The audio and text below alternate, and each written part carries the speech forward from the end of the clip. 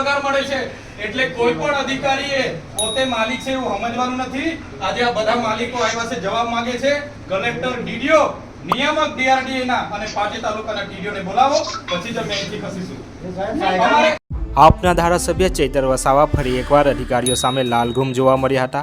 સમગ્ર મામલાની વાત કરીએ તો થોડા સમય પહેલા ચૈતર વસાવાએ ખરાબ રોડ મુદ્દે જવાબદાર અધિકારીઓને કામગીરી પૂર્ણ કરવા માટે રજૂઆત કરી હતી, પરંતુ વસાવાએ આપેલ સમય પ્રમાણે કામગીરી ન થતાં તેઓ નર્મદા કલેક્ટર કચેરી રજૂઆત કરવા માટે પહોંચ્યા હતા। એ દરમિયાન ચૈતર વસાવાને પોલીસે રોકતા ભારે હોબાળો થયો હતો। ઘટના બાદ ચૈતર વસાવાએ પોલીસને ધમકી આપી ગંભીર આરોપ લગાવ્યા હતા। તેમણે કહ્યું, અમને રોકતા નહીં, બાકી જોવા જેવી થશે।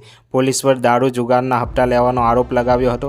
ઘર્ષણ ઉગ્ર ન બને તે માટે જિલ્લા પોલીસ વડા કલેક્ટર કચેરી દોડી આવ્યા હતા। સાથે સરકારી અધિકારીઓને ભાજપના સદસ્યતા અભિયાનમાં જોડાવાનો પણ આરોપ કર્યો હતો। આ ઉપરાંત સભ્ય નોંધણી કરતા અધિકારીઓ સામે કાર્યવાહી માંગ કરી હતી।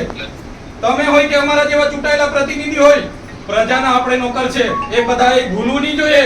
સાહેબગીરી બંધ કરી દેજો, બરાબર? નોકરું કરવું હોય તો હરકા કરો બધા। અમે પણ પ્રજાના નોકર છે, અમને પણ પ્રજાના ટેક્સથી પૈસા મળે છે ને। આ કલેક્ટર કચેરી કોઈના બાપની જાગીર નથી ભાઈ, આ પ્રજાની સેવા માટેની ઓફિસ છે। કેમ આવા દેવામાં નથી આવતા અમને? આટલો મોટો ભ્રષ્ટાચાર થયો છે, કઈ નિરાકરણ આવ્યું છે? અહીંયા ધરણા પર બેઠા હતા પોળની નીચે, શું થયું? તે વખતે માથું નીચે ગાડી ડૂબી ગયો। કોણ સર્વે કરવા આવ્યું છે? કોઈ આવ્યું છે સર્વે કરવા? એટલે પોલીસ અધિકારીઓને મારી નમ્ર વિનંતી છે, અમે વેલ ગ્રેજ્યુએટ લોકો છે, અધિકારો માટે અમે લડીશું, બરાબર? અમે આ સીન સપાટાને લાઠીચાર્જ ભાતીચાર્જથી ડરવા વાળા લોકો નથી। અમારો અવાજ તમે એ કરવા માંગતા હોય તો પણ અમે તૈયાર છીએ, ચાલો તો લડીએ।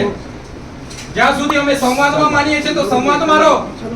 જે દિવસે સંવિધાન અમે સાઈડ પર મૂકીશું, સંવાદ સાઈડ પર મૂકીશું, આર પારની લડાઈ થશે।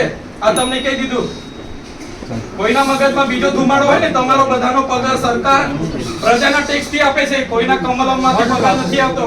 કેમ ભાઈ સભ્ય નોંધણી અધિકારીઓ કરે છે? કોણે કીધું? કોઈ કયો પરિપત્ર છે? બતાવો અમને। એટલા માટે કેમ છો અહીંયા collector Shri Narmada, DDO Shri Narmada, DRD નિયામક શ્રી અને પાંચે તાલુકાના ટીડીઓ હશે તો જ અમે ખુલાસો આપીશું। અમે બધા પુરાવા લઈને આવ્યા છે, પુરાવા સમેત ખુલાસો અમે આપવા તૈયાર છે। બધા અધિકારીઓને અમને ખુલાસો જોઈએ। અહીં સુધી અમે જઈશું નહીં, 2 દિવસ રોકાવું પડશે તો રોકીશું। હજુ પણ અમારે 5-10 હજાર લોકોને બોલાવવા છે, ત્યાં બોલાવીશું।